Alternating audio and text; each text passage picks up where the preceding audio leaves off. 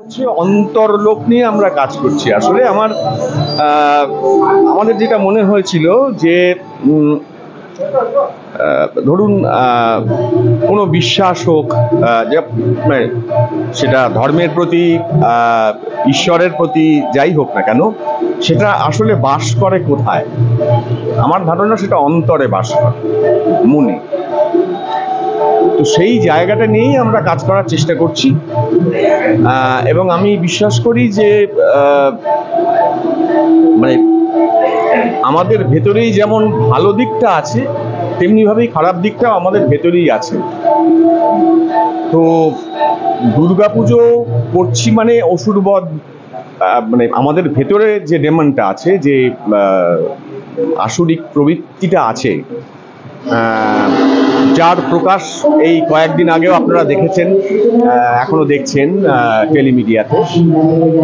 তো সেইটাকে নাশ করার চেষ্টা, এটাই হচ্ছে আমাদের মূল কাজের জায়গা।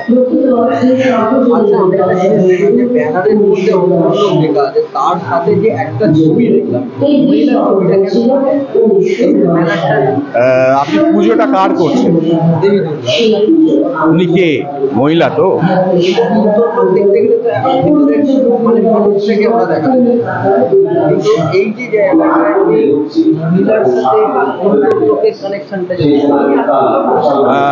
অন্তর্লোকের কোনো মূর্ত অবয়ব আপনি বলতে পারেন? আপনি বলতে পারেন কোনো অবয়ব, মূর্ত অবয়ব অন্তর্লোকের? মানে যেটা একটা মুখ যেমন মূর্ত অবয়ব, আপনি অন্তর্লোকের কোনো মূর্ত অবয়ব দেখতে পান বা বলতে পারেন? হয় না। তো এইটা একটা মানে মা দুর্গার কথা মাথায় রেখেই তার একটা সিম্বলিক প্রেজেন্স আপনি বলতে পারেন, যে একটা সাধারণ মেয়ে, তাকেও আমাদের মনে হয় দুর্গার হিসেবেই দেখা উচিত, তাই না? আমরা দুর্গার পুজো করি, দুর্গাকে রেপও করি, এটা তো হতে পারে না। এটাই।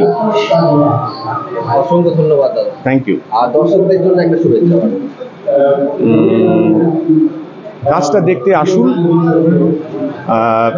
আশা করছি ভালো লাগবে, আর দেখে যদি ভালো লাগে তাহলে আরো মানুষকে বলবেন যেন তারাও আসে। ধন্যবাদ।